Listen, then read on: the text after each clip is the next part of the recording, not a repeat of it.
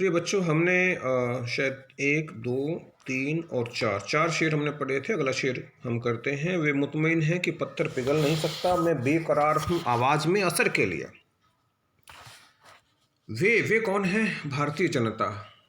मुतमईन का मतलब विश्वस्त हो गया, उनको विश्वास हो गया कि पत्थर पिघल नहीं सकता, कि हम पत्थर को पिघला नहीं सकते, अर्थात हम शासकों रूपी पत्थर को पिघला नहीं सकते। हम शासकों से अपनी जो आवश्यकताएं हैं, अपना जो रोटी कपड़ा और मकान की जो बात है, जो डिमांड है, वो हम पूरी नहीं करा सकते, उनको नहीं हरा सकते।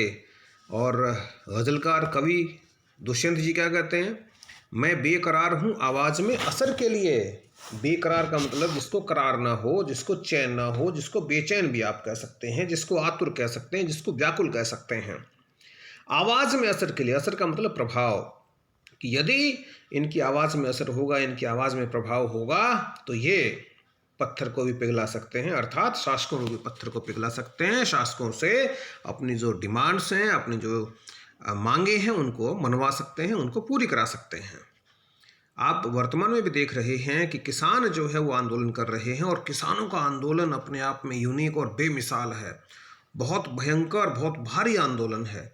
और उसका प्रभाव क्या होगा? उसका प्रभाव यही होगा जो गज़लकार को नज़र आता है, कि उनकी आवाज़ में दम है, उनकी आवाज़ में प्रभाव है, और वो शासकों रूपी पत्थर को पिघला सकते हैं, अर्थात वो शासकों से अपनी जो मांग है उनको पूरी करा सकते हैं। अर्थात जो 3 काले कानून लागू किए गए हैं किसानों के ऊपर, उन कानूनों को सरकार को वापस लेने के लिए बाध्य कर सकते हैं। ये इसका मूल भाव हुआ बेटा। अगले की बात करते हैं। तेरा निजाम है सिलदे जुबान शायर की, ये एहतियात ज़रूरी है इस बहर के लिए। निज़ाम का मतलब होता है राजा। मैंने जो कहा था कि जो लगा देंगे तो थोड़ा सा इजी हो जाएगा। तेरा निजाम है जो सिलदे जुबान शायर की, कि कवि भी, साहित्यकार भी यदि अपनी इच्छा से कुछ कहना चाहे तो उसकी जुबान को सिलवा देता है राजा, उसको मरवा देता है राजा। और वर्तमान में भी ऐसा ही है। आपको मैंने कहा था कि जो मीडिया है, मीडिया एक प्रकार से गुलाम हुआ बैठा है। गोदी मीडिया उसको कहा जा रहा है। गोदी मीडिया वो जो राजा की गोदी में जाके बैठ जाए, जैसा राजा कहे वैसा ही वो प्रस्तुत करें। तो तेरा निजाम है जो सिलदे जुबान शायर की, ये एहतियात ज़रूरी है इस बहर के लिए। बहर का मतलब शेर, काव्यांश। एहतियात का मतलब सावधानी, कि तेरा जो राजा है, तुम्हारा जो राजा है, वो इतना बेदर्द है, इतना निकम्मा है कि शायर भी, कवि भी यदि अपनी इच्छा से कुछ व्यक्त करना चाहे, अपनी बात कहना चाहे, तो उसे मरवा देता है, उसकी जुबान को सिलवा देता है। इसलिए गज़लकार कहता है कि मुझे भी क्या करना चाहिए? ध्यान रखना चाहिए, सावधानी रखनी चाहिए शेर लिखते समय, काव्यांश लिखते समय। अंतिम शेर आप देखिए। जिए तो अपने बगीचे में गुलमोहर के तले, और मरें तो गैर की गलियों में गुलमोहर के लिए। गुलमोहर मैंने आपको बताया था एक सघन वृक्ष होता है, और सुखों का ये प्रतीक है, एक प्रकार से स्वाभिमान का प्रतीक है।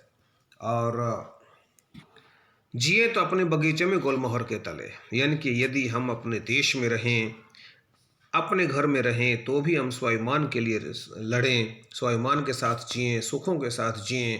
मरें तो गैर की गलियों में गुलमोहर के लिए, और स्वाभिमान के साथ चाहे हमें मरना ही पड़ जाए तो हम मरने के लिए भी एक प्रकार से तैयार रहें। स्वाभिमान मुख्य चीज़ है, ये आप ध्यान रखेंगे।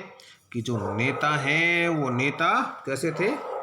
निरंकुश थे, तानाशाह थे, ठीक है। और बगीचा जो है वो एक प्रकार से हमारे देश का प्रतीक है, हमारे देश का प्रतीक है। तो बगीचे को देश का प्रतीक माना है, तथा गुलमोहर को सुखों का, स्वाभिमान का प्रतीक माना है।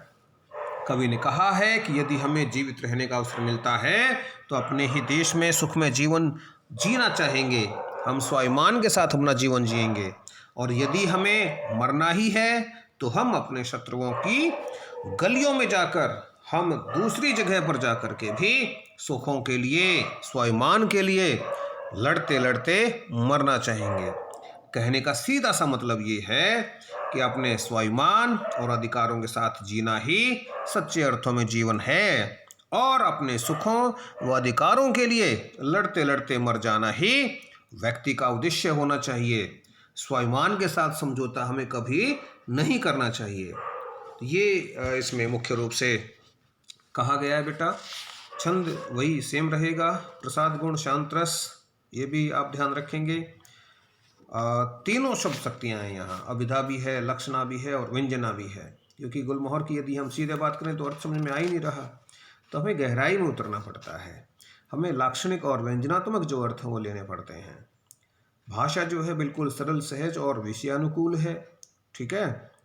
और गेयात्मकता है, लयात्मकता है, और जीवन का जो वास्तविक अर्थ है उसका यहाँ गज़लकार ने वर्णन करने का प्रयास किया है। तो ये जो है बेटे आपकी गज़ल की व्याख्या रही। और उसके बाद क्वेश्चंस की बात आती है, तो क्वेश्चंस के उत्तर जो है वो आपके पास मैं आज भेज दूंगा। आप ये अपनी नोटबुक में नोट करेंगे, अब तक का कार्य अपना कंप्लीट करेंगे।